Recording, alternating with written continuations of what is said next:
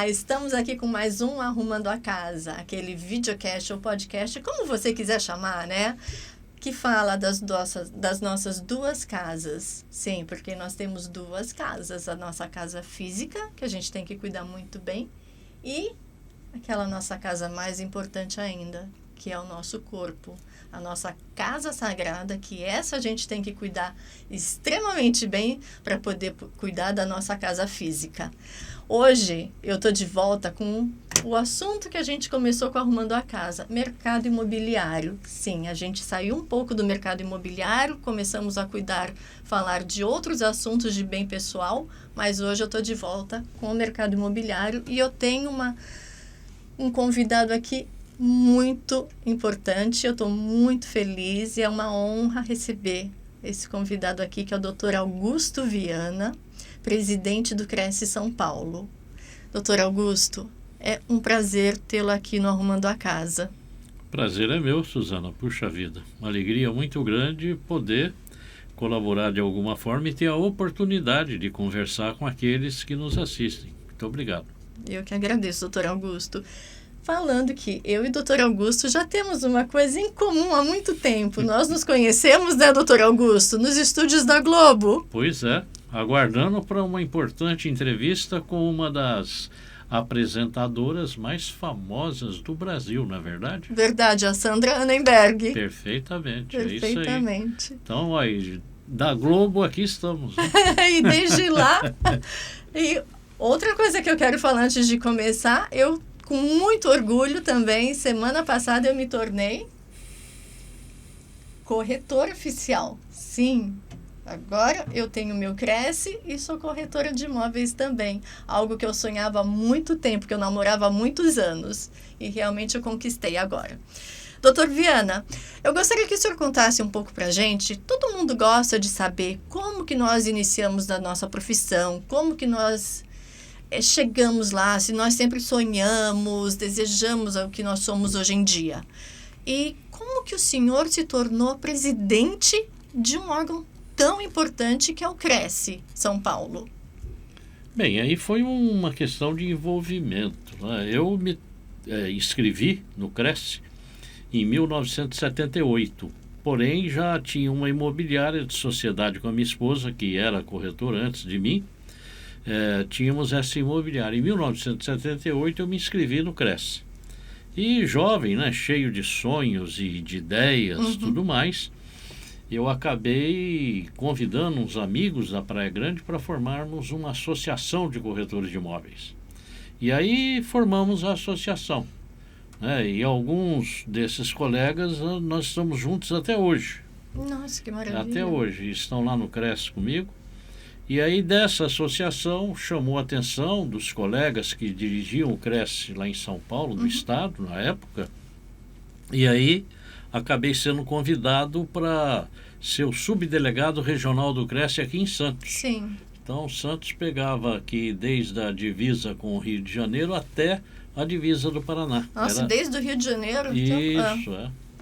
Bom, daí eu fui subdelegado. Num determinado momento resolveram criar a delegacia do Litoral Sul, que vai de Praia Grande até a divisa com o Paraná, porque a categoria cresceu demais, e eu fui nomeado delegado. Fiquei lá delegado durante 14 anos aproximadamente, me convidaram para ser conselheiro suplente lá na capital, eu fui. Então, nos momentos que faltava um conselheiro efetivo, eu era convocado para trabalhar lá nas plenárias, julgar processos e tudo mais. E daí eu fui a conselheiro efetivo.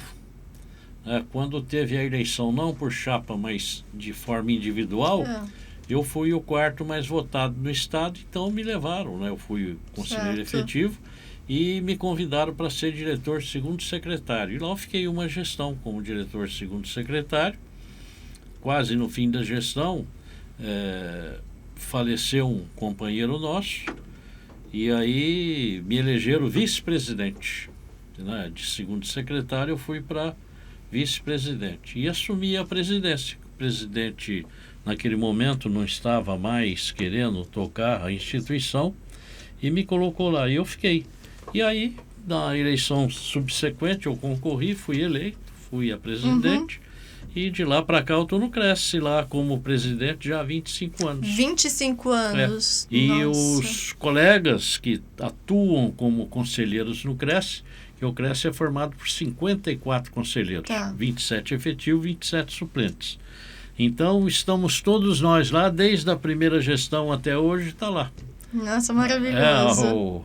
Os velhinhos do Cresce. Mantendo a tradição, os velhinhos. Não, mas não. Mas hoje, o doutor Viana já deu a introdução do como ele se tornou presidente. Era uma coisa que eu sempre quis saber aqui. E hoje a gente vai falar sobre um assunto que eu acho que é muito relevante, sobre a valorização profissional e a ética no mercado de trabalho, né? No mercado imobiliário. Porque nós vemos corretores e corretores, né? Lógico, em toda profissão nós temos pessoas e pessoas. Claro. E o doutor Viana vai nos explicar mais ou menos como que a gente pode se tornar um corretor imobiliário, sempre seguindo a ética, um profissional de excelência, porque é muito importante isso para a nossa profissão ser valorizada atualmente. Doutor, quais são hoje os maiores desafios éticos enfrentados por corretores de imóveis? Bem, a profissão ela requer um comportamento muito equilibrado. Porque no Brasil, especificamente, nós temos um problema sério, que o corretor de imóveis ele não trabalha para uma das partes. Em toda transação você tem comprador, vendedor, locador e locatário. E são duas partes que têm interesses antagônicos. E o corretor está no meio. E ele tem que defender o direito de ambas as partes. E é muito difícil, né? Muito. Você fica ali tentando contornar a situação. Eu te digo o seguinte, Suzana. Uma transação sem corretor normalmente termina em briga. Porque as pessoas, por mais cultas, equilibradas, ricas e tudo mais, não importa. Chega no momento da transação, fica todo mundo um pouco estressado, aí qualquer palavrinha, a coisa desanda. Com certeza. Então o corretor, ele como intermediário, normalmente ele busca fazer contato com aquele que está vendendo, separado do comprador. Certo. E quando ele está comprador, ele está separado do vendedor. Certo. E muitas vezes, quando marca no cartório para fazer uma assinatura, marca com uma parte tal hora e com a outra parte tal hora. Para não se encontrarem. Para não se encontrarem, porque é impressionante, por menor que seja a palavra, da encrenca. E o corretor funciona, então, como um amortecedor. Né? Porque tudo que uma pessoa fala, não dá para falar para outra. Né? Então, você Exato. tem que procurar levar aquele recado de uma forma que possa ser aceita pelo outro. Exato. Para que o negócio se conclua. E o corretor, nesse aspecto, ele tem um trabalho muito forte, porque ambas as partes estão querendo levar vantagem sobre o outro, de qualquer forma. E o corretor não pode deixar que isso aconteça. O negócio tem que ser equilibrado. É diferente nos Estados Unidos, né? Você que morou lá há tanto tempo sabe. Tem o corretor do comprador e o corretor do vendedor. E aí cada qual defende os interesses do seu cliente. Do seu cliente. E aí é muito fácil. Se eu tenho que defender o interesse só de quem está comprando, puxa vida, que maravilha. Se eu tenho que defender o interesse de quem está comprando, maravilha também, porque eu tenho um foco e eu sei onde chegar. Doutor Viana, só uma interrupção rápida. É impossível nós, aqui no Brasil, chegarmos a esse modo de trabalho onde a gente tem o corretor que representa o vendedor, o corretor que representa o comprador? Olha, eu acho que não. Eu acho que nós já começamos a dar os primeiros passos, porque uma situação dessa não dá para vir com imposição. Né? O Brasil tem seus usos e costumes Sim. desde quando foi descoberto aí pelos portugueses, e ninguém vai mudar do dia para a noite. Exato. Mas o comportamento atual está levando os corretores de imóveis a ter uma nova visão de mercado. Hoje, boa parte dos colegas não fazem mais captação de imóvel. Eles procuram, junto aos demais colegas, quem tem um imóvel adequado para o cliente dele. Aí ele faz a divisão dos honorários. Eles fazem uma parceria, né? Exatamente. E começaram a trabalhar em parceria nesses últimos 20 anos, e ela vem a cada dia que passa, ela está mais presente nas transações. Então já existe algumas franquias imobiliárias que se dedicam especificamente ao proprietário do imóvel. Esse é o foco. 2 anos atrás morreu um amigo nosso, americano, ele foi o fundador da Century 21. Ah, Phil. sim, a Century 21. E o Phil esteve aqui no Brasil inúmeras vezes comigo, fazendo reunião, cidadão com 90 e tantos anos de idade, mas uma disposição fantástica. E ele falou, olha, Viana, nós trabalhamos para o dono do imóvel, não trabalhamos para quem está comprando. O nosso negócio é da assessoria. Trabalhamos para um lado só para ter credibilidade. Porque senão credibilidade eu tenho se vou trabalhar para 2. Exato. Nunca. E eu acredito, Suzana, que isso nos próximos 15, 20 anos já vai estar bem presente na nossa atividade. Ótimo. Se porventura vier alguma alteração legislativa, aí é claro que isso deverá acontecer nesse momento. Mas se não vier a alteração legislativa e for por usos e costumes no mercado, eu acredito que vai aí uns 15 anos mais ou menos, está todo mundo trabalhando dentro dessa modalidade. Certo. Então, assim, hoje em dia, se, por exemplo, eu que me tornei corretora recentemente, se eu decidir trabalhar somente para o vendedor ou comprador, eu posso. Claro, sem dúvida nenhuma. Isso. Olha, você pode, por exemplo, se expor no mercado como uma corretora de imóveis, e normalmente o corretor de imóveis, ele trabalha no círculo de amizade dele. Sim. Dificilmente você vai pegar alguém fora do teu círculo de atividade. A menos que seja um corretor de plantão que está lá, vai todo mundo ali, aí é outra história. Mas quando você trabalha com imóveis usados, imóveis de terceiros, você tem que ter um nicho de relacionamento. E é entre aquelas pessoas que você vai encontrar compradores, vendedores, locatários, enfim. É no teu nicho de amizade. E aí você pode se expor como corretora, colocar à disposição o seu serviço. Quando o cliente lhe procurar, você diga, olha, o que é que você quer comprar? Você quer um imóvel com quais características? Aí você vai pesquisar junto às demais imobiliárias, aquela que topa fazer uma parceria, e você vai pegar o imóvel ali e trabalhar. Certo. No meu escritório é muito comum, eu digo para você que 90% dos negócios, lá no meu escritório, eu, minha mulher e minha filha, temos um corretor e uma corretora, recém-formada inclusive.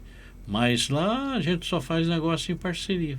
Eu acho maravilhoso. É bom. Facilita muito mais, as pessoas ganham muito mais, né? E está sempre ativo, né? E sempre forma-se ativo. Um grupo, acaba Exato. formando um grupo de relacionamento muito bom. E não tem aquela que antes tinha, um corretor não é amigo do outro, porque senão vai pegar o negócio dele. Hoje em dia essa parceria ainda melhorou tem muito ainda dessa cultura. Sabe, aquela coisa de manga do paletó, né? Fica aqui escondidinho no papel e tal. Mas com o advento aí do Google, da inteligência artificial, essas coisas não estão sendo mais possíveis, né? Está todo mundo tendo que se adaptar à evolução da sociedade, do mercado. Exatamente. Doutor Viana, onde está a linha tênue entre uma boa argumentação de negociação e uma prática considerada antiética? Bom, eu te diria o seguinte: um corretor que oferece um imóvel que foi, digamos, maquiado para uma venda, é muito comum, até hoje, você construir aquelas casinhas geminadas e aparecer uma rachadura na parede, uma trinca, um assentamento do terreno e tal, alguma coisa ali. Isso daí acontece muito. E aí o proprietário vai e faz uma maquiagem para tampar aquele problema, e normalmente esses problemas eles não se resolvem, porque problema estrutural, aí a rachadura volta, ela não é problemática, mas ela aparece e é aquele risquinho na Sim. parede. Então, digamos que o corretor saiba daquilo e não comunique seu cliente. Ele está cometendo uma falta ético-disciplinar, é grave. Ah, com certeza, concordo. Porque, Aham, veja sim. assim, a pessoa compra a casa, daqui 30 dias aparece a rachadura. Aí procura o corretor e vai, puxa vida, eu não sabia. Mas aí vai o vizinho e diz, olha, o corretor esteve aqui com o proprietário várias vezes, eles tiveram, foi feita a reforma e tal, o corretor sabia. Aí quem comprou pode denunciar o corretor. O corretor, Opa, e certo. ele vai responder um processo ético-disciplinar que pode culminar com o cancelamento da inscrição, multas, Olha, suspensão do exercício da atividade. E é uma coisa séria, o Tribunal Ético-Disciplinar, ele é totalmente insensível. Ele vai pela letra fria da lei, não importa quem seja, né? Então nós temos isso, porque esse tribunal ético é que traz o equilíbrio moral da profissão. Então não pode haver nenhum tipo de facilitação, qualquer coisa assim. Tem que ser com base mesmo na lei. E o Cresce analisa essas questões dessa forma. E ele pune os corretores. Tanto é que boa parte dos corretores não gostam do Cresce, detestam o Cresce. Mas meus argumentos não foram aceitos. E é difícil porque quando você está envolvido num processo, você tem que procurar mostrar no processo aquela sua realidade. E às vezes as pessoas têm dificuldade de se expressar ou de explicar o que foi que houve com maior clareza. Lógico. Aí a parte que consegue fazer isso com maior nitidez e com provas, ele evidentemente vai ser a parte que vai ter razão dentro do processo. Certo. Então eu vejo muito isso, né? As pessoas às vezes fazem uma defesa muito superficial, sem juntar uma documentação adequada e com argumentos que às vezes não convencem aquele que vai julgar, porque quando há uma denúncia no Cresce, nós instauramos um processo ético-disciplinar, a assessoria técnica do Cresce vai analisar todos os fatos, prepara um relatório e aí nós sorteamos para um conselheiro pegar aquele processo. Aí o conselheiro que vai analisar. Muitas vezes, aquilo que a assessoria fez não vai ser considerado, porque o Tribunal Ético-Disciplinar é formado por corretores de imóveis. Sim. Né? Enquanto que a assessoria técnica são advogados, estagiários, né? Pessoas formadas em direito, mas não têm a vivência no mercado imobiliário. Exato. Então, quando cai na mão do conselheiro, o conselheiro tem toda a liberdade de caminhar pelo seu entendimento. E aí ele pode ouvir as partes, pode requerer documentos, tudo mais. Quando chega para o julgamento, o conselheiro, que é o relator do processo, ele faz um relatório explicando, no ponto de vista dele, o que houve e dá uma sugestão de voto. Né? Uma suspensão da inscrição por 10 dias, uma multa pecuniária no valor de 3 anuidades, e aí leva aquilo ao Conselho Pleno e os 27 conselheiros em conjunto analisam e votam. E dependendo da gravidade, pode chegar sim até a cassação do... Claro, cancelamento. Certo. Cancelamento, não cassação, cancelamento. Exato. E aí, esses que são condenados pelo Tribunal Ético-Disciplinar, se no ponto de vista do Conselho eles estiverem infringindo leis, o que acontece? Nós fazemos o relatório e encaminhamos o processo para o Ministério Público. E o Ministério Público vai analisar, se ele considerar adequado, ele vai instaurar um processo crime. Além do processo ético-disciplinar, ele vai responder também um processo crime na Justiça. Nossa, maravilhoso, porque a gente precisa disso mesmo, né? Porque, como a gente fala, existem pessoas e pessoas nesse mundo, né? Sim. Exatamente. Mas, assim, o que ainda falta para que a sociedade enxergue o corretor de imóveis como um verdadeiro consultor, né? Porque as pessoas, elas às vezes enxergam o corretor de imóveis como um detalhe, né? Vamos dizer, né, doutor Viana? E não como um profissional de verdade que vai estar ali ajudando, auxiliando. O corretor de imóveis, as pessoas não têm assim um conhecimento mais aprofundado. Mas o corretor de imóveis, ele tem uma atribuição muito séria. Ele é obrigado a verificar todos os aspectos da transação. E uma transação imobiliária, nos dias de hoje, principalmente, com a evolução da legislação, as normas, as práticas, as ferramentas digitais, o negócio se transformou numa complexidade fora do comum. É diferente, você vai comprar um automóvel, a pessoa compra 10, 20 carros ao longo de sua vida. Às vezes 50 automóveis, né? Liquidificador, geladeira, tudo isso você faz inúmeras transações. Mas no mercado imobiliário, muitas vezes a pessoa faz uma transação Exato, só. Né? Tem algumas pessoas que fazem duas, um número muito menor fazem 3 negócios. Né? Então, não é uma coisa que a pessoa está familiarizada. Então não adianta ser advogado, engenheiro, economista. Chegou na hora de comprar um imóvel, cuidado, porque é muito complexo. E aí o corretor, ele existe para isso, para evitar que as partes tenham problemas. O artigo 723 do Código Civil Brasileiro dá ao corretor de imóveis responsabilidade total e absoluta por todos os fatos dentro daquela transação. Certo. Não adianta ele dizer, olha, eu não vi isso, eu não tinha conhecimento disso, problema teu. Você vai responder por perdas e danos à parte prejudicada pelo dano que causou. Porque quem procura um corretor é para não ter dor de cabeça, não ter problema. E aí o corretor assim deve agir. E a sociedade, quando tiver a consciência de que tem essa garantia, eu acredito que a partir desse momento ele passa a ser visto com uma nova visão. Há 25 anos atrás, quando eu assumi o Cresce, o corretor tinha uma visão que hoje nós conseguimos melhorar bastante. O corretor hoje ele faz avaliação de propriedade imobiliária e que são extremamente úteis na vida das pessoas.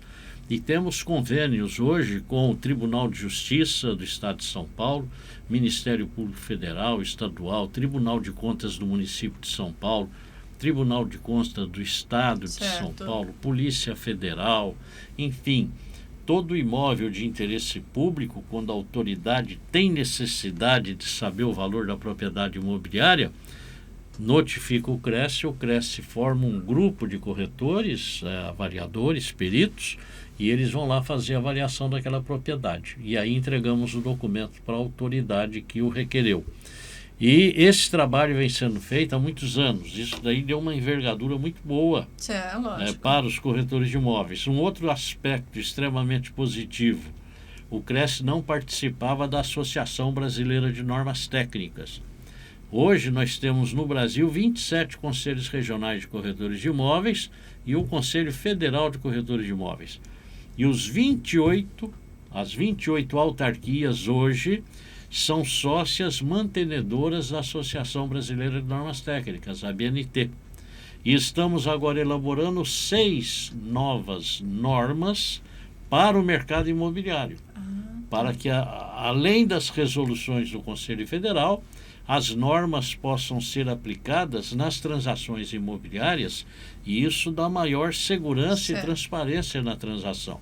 Com certeza. Além dos cursos, né, do Cresce hoje, nós ministramos inúmeros cursos. E a exemplo de você, Suzana, o Cresce tem, me parece, são 1.700 palestrantes cadastrados que fazem palestras diariamente para o Cresce. Você já fez dezenas. Já fiz, eu não sei quantas, exato. Homestage, né? Homestage, Então, e assim nós temos sobre todos os temas que se pode imaginar. Na TV Cresce, no YouTube, sabe que o YouTube do Cresce hoje é o 4º colocado no Brasil. No Brasil, doutor Viana. Em órgãos públicos. Em órgãos públicos. Primeiro lugar me parece que é o governo. Não, primeiro lugar é o Senado, Câmara dos Deputados em segundo. Terceiro lugar o Supremo Tribunal Federal. 4º lugar o Cresce. O Cresce. Recebemos inclusive uma placa de homenagem do YouTube pela nossa performance como órgão público. E temos mais de 400 mil inscritos no nosso canal do YouTube. Então temos uma frequência de palestras e cursos absolutamente fantástica. As palestras são fantásticas do Cresce mesmo. Pois é, e palestras ministradas por pessoas de alto saber naquilo que fazem. Exato. E agora nós estamos com alguns cursos, o curso de avaliação imobiliária do Cresce. É um curso que tem 14 aulas, de 3 horas cada aula. É puxadíssimo. Para você ter ideia... 3 horas cada aula? Cada aula. Nossa, doutor Viana. O exame final, o índice de aprovação é de 8, 10% só. Aí a pessoa tem que fazer de novo, e aí vai, é muito difícil, muito Mas puxado. tem que ser algo muito sério, lógico. Porque nós estamos certificando que a pessoa tem capacidade para fazer aquele trabalho. Nós temos o nosso curso de prevenção à lavagem de dinheiro no mercado imobiliário. Esse eu vi, eu achei interessantíssimo, doutor Nós Viana. é que fiscalizamos os crimes de lavagem de dinheiro no mercado imobiliário. Então, capacitamos os corretores de imóveis para poder detectar essas situações suspeitas e poder se proteger. Porque o nosso objetivo não é só a sociedade, é também o corretor. Sim. Né, para que ele não seja envolvido em alguma trama que ele acabe respondendo por aquilo, sendo inocente. Nós temos agora 2 cursos que estão sendo formalizados pela Associação Brasileira de Normas Técnicas. Um deles diz respeito à compliance nos negócios imobiliários e o outro diz respeito à prevenção a suborno e corrupção no mercado imobiliário. E os corretores de imóveis vão fazendo esses cursos e a cada dia que passa eles estão cada vez mais capacitados, e um profissional capacitado ele transmite confiança para o cliente. Exatamente. E eu acredito que toda essa vertente, né? Temos lá mais de 5.000 cursos e palestras à disposição no nosso site. Esse ano agora nós vamos inaugurar a Universidade Cresce. Quanta notícia boa, gente. A FIA, a Fundação Instituto de Administração, que só tem mestres da USP, está criando para nós a Universidade Cresce. O nosso departamento de pesquisa do mercado imobiliário, nós dividimos o estado de São Paulo em 18 regiões metropolitanas. E mês a mês nós fazemos a pesquisa do mercado imobiliário em cada uma dessas regiões metropolitanas. Quanto vendeu de imóveis, quantos eram apartamentos, quantos foram as casas, 1 dormitório, 2 dormitórios, 3 dormitórios que foi mais vendido, os valores que foram praticados, quais os imóveis que obtiveram financiamento, quais foram que foram financiados direto pelo proprietário, qual aquele que foi vendido à vista, qual a região daquela cidade, região, digamos, central, periférica ou zona nobre, quais foram os imóveis mais vendidos, e a gente entrega isso para a sociedade, para aqueles que querem fazer investimento no mercado imobiliário. Ter uma noção, se eu investir recursos no mercado imobiliário nessa região, qual é o tipo de imóvel, a localização e o tamanho, e o valor desse imóvel, que eu possa ter um retorno mais rápido no meu capital. Certo, essas estatísticas estão no site do Cresce? Todas estão no site do Cresce. Do estado de São Paulo e da região metropolitana da capital, nós já temos isso colecionado há 34 anos. Então, se você for lá, você vai encontrar 34 anos de histórico no movimento do mercado. Esse das regiões metropolitanas, nós estamos indo para 4 anos. Então, e aí é muito bacana, porque, a exemplo, aqui da região metropolitana da Baixada Santista, nós temos uma pesquisa específica daqui. E isso serve para a imprensa local, saber como anda, né? Sim, onde é que estão exato. Os núcleos de desenvolvimento, aonde compensa investir. E o corretor de posse dessas informações, ele pode prestar também uma assessoria mais profissional para o seu cliente. Para o seu cliente, Então, Suzana, nós fazemos de tudo, né? Estamos agora também muito envolvidos nas transações internacionais. Uhum. Já participamos na NAR, National Association NAR, Realtor, lá dos Estados certo, Unidos. Já participamos lá há 15 anos. Firmamos 15 anos? 15 anos. Então, hoje tem o curso do SAIPS, que é o corretor que aprende a trabalhar fora do Brasil. Ele não vai poder ir lá nos Estados Unidos e trabalhar, mas ele vai trabalhar em parceria com os corretores de imóveis americanos. O que é importantíssimo, porque é outra regulamentação Sem lá. dúvida. Exato. E nós também capacitamos corretores para trabalhar na Europa, trabalhar no continente asiático. Isso tudo nós trazemos para os corretores de imóveis. Agora, amanhã, nós vamos ter a primeira reunião para trabalhar o Golden Visa Brasil Imobiliário, que é um projeto... O que é o Golden Visa O Brasil? Golden Visa Brasil é um projeto que foi criado em 2018, mas não pegou. Agora, o ano passado, nós assinamos com o Ministério do Turismo um convênio para o sistema COFES-CRES colaborar com o Ministério no sentido de trazer investidores para o Brasil. O Golden Visa é o seguinte: a pessoa comprando um imóvel aqui no Brasil, na região norte e nordeste, um imóvel de até R$600 mil. Somente na região norte e nordeste. Isso, tá. E na região sul e sudeste, R$1 milhão. Tá. Então, grosso modo falando, seria $120 mil lá no norte e nordeste e $160 mil aqui sul e sudeste. E a pessoa adquirir esse imóvel aqui, ele tem o direito a um visto de residência por 4 anos. E ele não precisa morar aqui. Ele tem que vir pelo menos a cada 2 anos e 17 dias, passar aqui. Agora, a nossa ideia qual é? Eu avancei num projeto aí que está agradando muita gente. Amanhã nós vamos ter a primeira reunião. E o projeto é o seguinte: nós vamos oferecer imóveis somente em países que estão passando por crise, conflitos internos e externos. Ucrânia, Rússia, Israel, Como isso, Palestina, Me Líbano. explica melhor agora. Então, nós só vamos oferecer imóveis nessas regiões e nas principais cidades que estão sofrendo agressões. Porque veja você, as famílias que estão lá são pessoas que têm dinheiro, levam a sua vida normal, tudo mais. Imagina um pai de família morando numa cidade como Kiev, que está caindo bomba toda hora e ninguém sabe a hora que vai cair e onde vai cair. Tá, mas quem iria investir nesses imóveis? Essa pessoa que está morando lá, ele compra um imóvel aqui no Brasil, traz sua família para cá. Agora entendi, doutor Viana. Traz sua família para cá, tá. Espera o conflito lá acabar. Quando acabar, ele vende o imóvel e volta para lá. Tá. Não é verdade? Imagina você, uma pessoa que sai lá de Kiev, na Ucrânia, aquele bombardeio tremendo, e vem aqui para uma cidade aqui do litoral, como Peruíbe ou como Santos mesmo.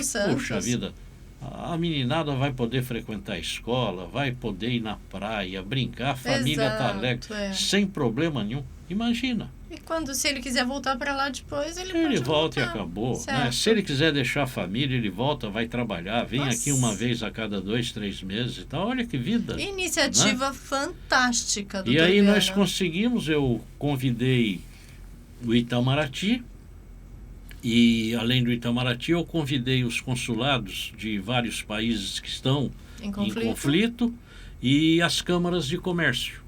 Porque o objetivo qual é? Fazer um anúncio na televisão lá dessa possibilidade aqui. Exato. Né? E amanhã nós estamos reunindo, o presidente do Conselho Federal estará presente, a nossa vice-presidente de Assuntos Internacionais também estará presente, e temos aí já um pessoal da África, que congrega 60 países africanos, vai estar presente.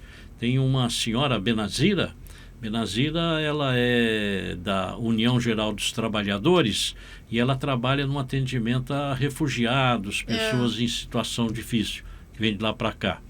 Já acertamos também com um convênio com o Conselho Regional de Despachantes Documentalistas para facilitar a parte de documentação e vamos trabalhar. O objetivo qual é? É que essas pessoas venham para o Brasil já tendo contato com o corretor de imóveis através do CRES, que é uma autarquia pública federal, que dá toda a tranquilidade, e ele vai poder conversar com a tranquilidade de saber que não vai ser passado para trás, não vai ter problema com o idioma. Né? Veja que, não sei se você se recorda, nós tivemos alguns afegãos que estavam no aeroporto de Guarulhos. Lembro.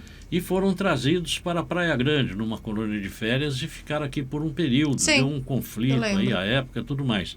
Ora, ali tinha engenheiro, tinha médico, pessoas de posse, que só não fizeram negócio nenhum, porque não tinha ninguém para dar atendimento, não tinha nenhum respaldo. Para dar atenção. Então nós vamos tentar fazer o Golden Visa Brasil, pegar por aí, alertar essas pessoas dessa possibilidade. E que os corretores possam ter clientes. É uma iniciativa negócio, né? incrível mesmo, Então. essa que o Cresce está. Doutor Viana, há umas perguntas atrás, nós estávamos falando, e o senhor falou, vamos agora sair um pouquinho desse assunto que foi muito informativo, muito importante para as pessoas que estão nos ouvindo.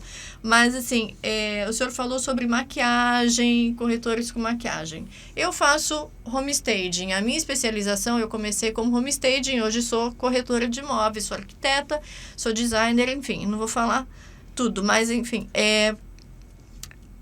O que eu vejo, quando o senhor falou da maquiagem, me deu um pontinho aqui, pensando... Eu faço homestaging. Quem está nos assistindo, às vezes pode pensar, então homestaging é uma maquiagem. Não. Eu só quero esclarecer também que o homestaging não é uma maquiagem, disso. né? O homestaging... Não, Suzana, deixa eu te dizer, olha, isso é muito importante. Eu trabalho na Praia Grande há 50 anos. E há muitos anos atrás, você ia mostrar um imóvel no período de temporada de verão, porque lá só tinha gente nas épocas de férias. Sim. Fora isso não tinha ninguém, era tudo parado. Então, quando você ia fora da temporada, o apartamento estava lá limpinho. O que eu fazia? Os apartamentos que eu tinha, as casas que eu tinha para vender com boa possibilidade, todo dia eu ia um por um, abria as janelas, tudo, e deixava pegar o ar para quando eu chegar com o cliente, aquilo lá está agradável. Exato. Porque se eu deixasse fechado com aquela marisia, aquele mofo, a pessoa entra e tem uma má impressão. E a primeira impressão é a que fica. Então, né, vamos lá, vamos tratar, porque o imóvel pode ficar ruim se ficar fechado, mas pode ser agradável quando está aberto. Exatamente. Então eu vou levar o cliente na hora que está aberto. Não é verdade? E uma outra coisa também muito importante. Quando chegava na temporada, não tinha como fazer isso. Aí imagina você, lá, o prédio que eu tenho escritório tem 163 kitnet. Nossa, aquilo é pior do que... né, é um barulho, uma confusão danada. É criança andando de skate no corredor, bicicleta, é aquela brigaiada, portas abertas. Então, quando você chega com um cliente num prédio nessa situação... É terrível, o cliente fica... Aí você entra no apartamento, tá o cidadão lá deitado no sofá com uma sunguinha, aquele barrigão de fora. Olha o doutor Viana aqui, já tá... fazer o quê? Mas é verdade, acontece. E a dona de casa toda alegre, fritando sardinha lá na cozinha, aquele cheiro, né? Vou fazendo então uma buchada, imagina. Nossa! É horrível, você entra num imóvel desse, e aí os móveis, as roupas tudo jogada, pendurada. É que numa kitnet cabe meia dúzia e na realidade seria para um casal. Sim. Aí o cliente entra e fala, meu Deus, eu não quero isso de jeito nenhum. Ele nem chega a entrar, né, doutor Viana? Ele olha e fala, vou embora. Aí você entra lá no... esse quarto não pode mostrar porque meu filho ainda está dormindo. Vá pro inferno, como é que eu vou vender um imóvel desse jeito? Exato. Ou então o filho já acordou, você entra no quarto, tá um chulé danado com aquele tênis jogar lá, e aí? Ora, isso daí então não é maquiar. Não. Agora você entra num apartamento que mora um casal, mesmo que tenha filhos. Aí você chega lá, tem uma mesinha na sala de jantar, pequenininha que seja, mas ela está arrumada como se fosse ali para servir uma refeição naquele momento. Tudo bonitinho, arrumadinho. A dona de casa está assando um bolo de laranja, coando um cafezinho no coador. O cheiro, o aroma fica dentro desse imóvel, com aquela mesa toda arrumada, a janela aberta, a cortina balançando no vento. Olha a poesia, mas né? não é verdade? E é isso que as pessoas querem ver, porque são as possibilidades que tem no imóvel. Aquilo ali é uma coisa natural, de uma casa de família. Então ninguém está maquiando nada. Né? Isso daí é uma questão simples, né? De costume. De costume. Higiene e organização. Exato. Né? Uma pergunta que eu tenho, como que a ética, linkando esse assunto, como que a ética pode ser um diferencial competitivo? Desculpa, errei a pergunta, pessoal. É sempre assim. O que significa arrumar a casa? Preparar imóveis para vender. No contexto do mercado imobiliário, trata-se de uma mudança cultural, estrutural ou de mentalidade? Olha, eu digo o seguinte, quando eu trabalhava, né, porque já há tempos que eu não trabalho em razão do Cresce, Certo. né, eu não estou atendendo cliente, mas quando eu atendia cliente, chegava num imóvel, a família tinha lá um cachorrinho de estimação, um pincher, que era como se fosse da família. Eu pedi, por gentileza, pede para alguém pegar esse cachorrinho e passear lá na calçada enquanto eu vou mostrar o imóvel. Porque você imagina, você entra num apartamento, aquele cachorrinho fica querendo morder o calcanhar do teu cliente. O cliente não vai querer ficar lá. Não. Quer ir embora. A impressão que ele vai ter quando sair também vai ser que era um imóvel do pincher e Não é dele, né? Não é verdade? Então, determinados cuidados que o corretor tem que ter, o que você falou, existe uma linha muito tênue naquilo que é para colaborar sem criar falsidade, sem criar algum cenário que não seja real. Exato. E o aspecto de criar uma situação que não seja verdadeira, né? Então não adianta nada, você tem lá um azulejo velho, manda colocar um papel adesivo lá para tampar aquele tapete, vai ficar ruim. Isso é maquiagem. Eu vou te dar um exemplo, comigo aconteceu. Um cliente, o marido de uma cliente, amiga minha, pessoal, foi assassinado no imóvel. Uma casa térrea, muro baixinho. Naquela época que Praia Grande era uma tranquilidade, não tinha problema nenhum. O marido, assistindo televisão, deitado na sala lá, ele viu uma pessoa dentro no recuo lá onde guardava o carro. Ele levantou para ver, era um moleque. E o moleque assustou porque ele estava com o controle remoto da TV na mão. O garoto pensou que fosse uma arma, atirou e matou o cidadão. Ele morreu ali na sala da casa. Jovem, 30 e poucos anos de idade. E essa viúva pediu para eu alugar a casa. Falei, tá bom, eu vou alugar com o maior prazer. E o que acontece? Quando chegava o cliente, eu levava lá para ver a casa, todo mundo gostava, porque era uma casa muito boa, muito agradável. E eu contava o que tinha acontecido. A proprietária está alugando, ficou viúva, o marido dela tomou um tiro, eu falava a história. E a maioria das pessoas, a maioria não, todas as pessoas desistiam quando ouviam a história. Por causa do ocorrido ali. Um dia, ela soube que eu estava contando a história. Ela era minha amiga. Foi lá no meu escritório e me deu uma esculhambada de primeira linha, pegou a chave e levou embora. Porque ela achou que eu estava fazendo errado, que eu não deveria falar. Então eu digo, Suzana, tem cabimento eu alugar a casa para alguém e não contar que isso aconteceu? De jeito algum, porque eu acho assim, quando a gente vai comprar um imóvel que estão vendendo principalmente imóveis usados, né? A gente quer saber o motivo. É normal, não é saber o motivo. Não é verdade? Lógico, o que aconteceu ali. E ela ficou, nunca mais conversou comigo, levou o imóvel embora, foi alugado lá para outra pessoa. Mas eu imagino o seguinte, você vai alugar a casa para uma pessoa sem falar esse fato, na primeira semana ele vai saber que isso aconteceu.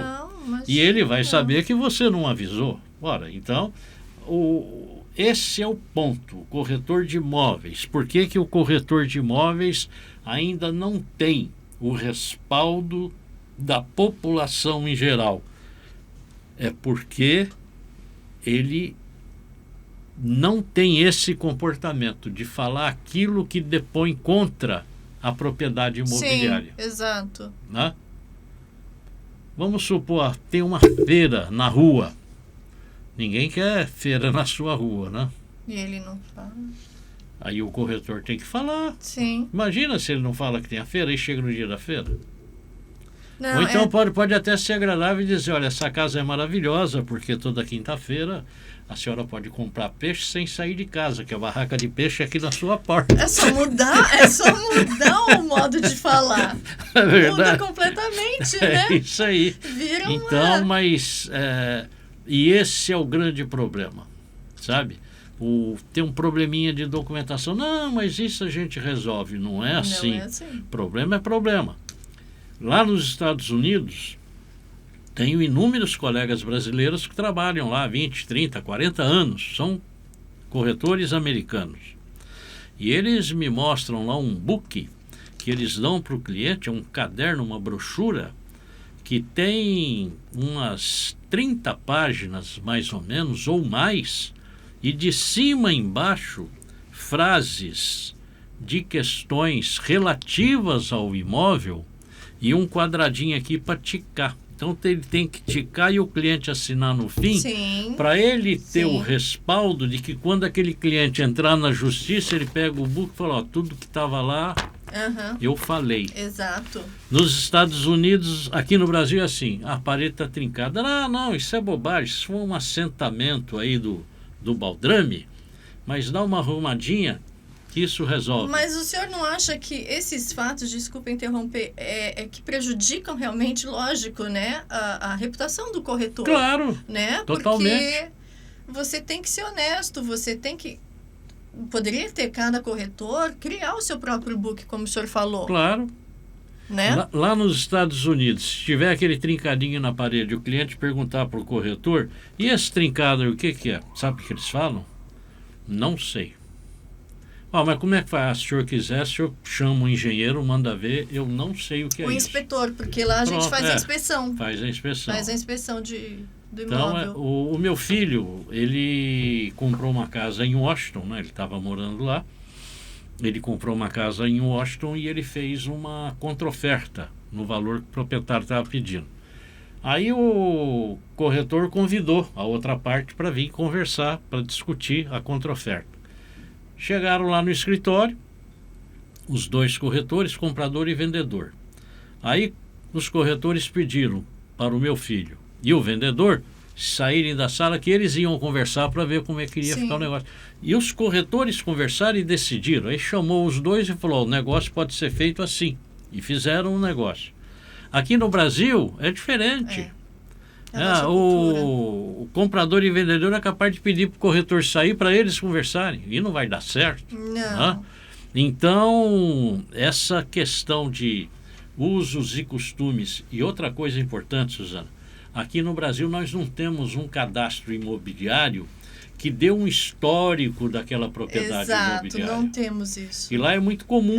E isso facilita demais o argumento de quem está trabalhando na intermediação. Agora o Brasil está criando alguns mecanismos, está criando aí o CPF dos imóveis, que é um cadastro da Receita Federal. E tem inúmeros colegas aí reclamando, olha que absurdo, nosso mercado vai ficar péssimo. Tudo que busca transparência, o pessoal trabalha ao contrário. Você vê, o Código Civil brasileiro, lá em 2002, quando ele começou a valer, esse capítulo 13 do Código Civil, que tem lá 8 artigos sobre corretagem, os corretores queriam me matar, porque não fizemos nada para tirar aquilo da lei. Meu Deus, a única lei que existe no Brasil que justifica eu procurar o corretor é o Código Civil brasileiro, no seu artigo 723. E o pessoal não queria que tivesse. Então, agora evoluiu bastante. E as franquias também imobiliárias que têm trazido uma obrigatoriedade da pessoa se capacitar em determinadas questões. Elas têm trazido essa mudança, né, no mercado imobiliário. Sem dúvida. E agora, com o cadastro dos imóveis, a gente começa a ter um antecedente. Além do cadastro do imóvel, vai ter também um banco de dados de valor da propriedade imobiliária. E aí está todo mundo chiando, nós vamos ter que pagar pelo que o governo quer. Absolutamente. Se o valor não estiver dentro daquilo que expressa a realidade de mercado, o proprietário vai poder fazer um recurso administrativo, o corretor tem autorização para fazer recurso administrativo, não precisa ser advogado, e até uma forma a mais dele ganhar dinheiro. e trazer transparência para o mercado. Nossa, doutor Viana, olha, quanta informação valiosa. Como nova corretora, também aprendi aqui hoje. Infelizmente, o nosso tempo está chegando no final. Mas antes disso, só para dar uma descontraída, eu gosto de falar sobre os mitos e verdades do mercado, que são coisas um pouco absurdas, tá? Eu falo uma frase para o senhor só responde se é mito ou verdade. Só isso. Tá bom. A ética atrapalha os negócios no mercado imobiliário? Não, de maneira nenhuma. A ética deve estar sempre presente, claro. Exatamente. Corretores são todos iguais e substituíveis? Absolutamente. É um tipo de trabalho que qualquer um é substituível, não tem? Não tem, né? Não tem, claro. Não tem, a não ser que você faça um serviço de excelência para um cliente. Aí ele sempre vai retornar a você. Quando se estabelece um canal de amizade, confiança pessoal, aí realmente ele fica insubstituível. Exato. Até lá, mas nada. Até lá nada, né? O cliente sempre procura apenas o preço mais baixo? Olha, isto é uma realidade, viu? O cliente, quando ele bate o olho que ele gosta da propriedade, ele vai procurar pagar o menos possível. E é muito delicado isso, porque o corretor não pode deixar que o proprietário tenha prejuízo. Ele tem que trabalhar para ambas as partes em igual medida. Exato. Né? O respeito aí tem que ser mútuo. Exatamente, exato. Networking é mais importante do que conhecimento técnico? Com certeza. Com certeza, doutor Viana. Networking é tudo. Networking é tudo. Eu tendo networking, o que acontece? Eu não preciso ter conhecimento técnico. Eu pego um outro para trabalhar comigo que tenha e nós vamos fazer negócio. Agora, se eu tiver conhecimento técnico e não tiver networking, eu vou morrer de fome. Não vai adiantar nada. Não vou fazer negócio. Está na cara. Nossa, perfeito. Adorei tudo que o doutor Viana falou aqui pra gente. Eu gostaria de falar também a respeito, rapidinho, eu sei que nosso tempo está acabando, mas eu gostaria de falar sobre o aplicativo do Cresce, que é fenomenal para quem não conhece esse aplicativo, para quem é corretor de imóveis do Cresce. Gente, baixa esse aplicativo, baixa esse aplicativo, porque vale a pena você ter ali no seu celular muita informação, muita coisa boa ali. O Cresce está de parabéns, doutor Viana, com o aplicativo. Muito obrigado. Muito bom. Eu estou ali todos os dias agora olhando no aplicativo. E os cursos, certo. Então, sem falar que os cursos, ótimos cursos, e para quem faz parte do Cresce, são cursos que você não tem que pagar. Tudo de graça. Tudo de graça, gente. Doutor Viana, o senhor pode deixar só um recado para os corretores que estão nos assistindo? No começo você linkou um pouco do nosso papo com questões de fórum familiar, fórum íntimo, tudo mais em relação ao negócio. E dentro dessa visão eu queria deixar apenas um recado, né? O imóvel, ele é um imóvel até que o corretor coloque ali dentro uma família e a partir daquele momento aquele imóvel passa a ser um lar. Exato. Ele passa a ter alma, né? Isso é Exatamente. bonito, né? E tem uma frase bíblica que nós usamos demais num cartaz, num pôster, que foi colocado em todas as igrejas do estado de São Paulo, isso há muito tempo atrás, precisávamos voltar a fazer, que diz o seguinte: na casa do Pai há muitas moradas, uma delas pode ser tua. Procure um corretor que ele vai resolver isso. Amém, doutor Viana. Fantástico. Gente, lembrando que nós gravamos na cidade de Santos, na Baixada Santista. Doutor Viana mora na Praia Grande, eu sou nascida em Santos. Se você não conhece Santos, venha visitar a Baixada Santista inteira, porque é um lugar que vale a pena, né, doutor Viana? Sem dúvida, uma das melhores qualidades de vida no mundo, sem dúvida. E só descer ou subir essa Serra Imigrantes também é um passeio sensacional. Sem dúvida. Meus 2 filhos nasceram aqui em Santos. Nasceram em Santos? Aqui em Santos. Então são meus conterrâneos. É isso aí. Muito bom. Gente, lembrando mais uma vez que o Arrumando a Casa é gravado na WordCom, a melhor agência de publicidade e marketing da Baixada Santista. Por favor, sigam o nosso canal no YouTube, inscrevam-se no nosso canal do YouTube, no playlist Arrumando a Casa, e também sigam o Instagram Arrumando a Casa. Podem seguir o meu também, Instagram, Suzana Dami. Ficamos por aqui hoje. Se você tiver algum tema que você gostaria de saber com mais intensidade, deixa um recado pra gente, pode mandar no direct, sim, esse tema que você quer aprender aqui, e algum convidado em especial que a gente vai atrás e a gente traz aqui no Arrumando a Casa. Muito obrigada e ficamos por aqui hoje com o Dr. Viana. Até mais.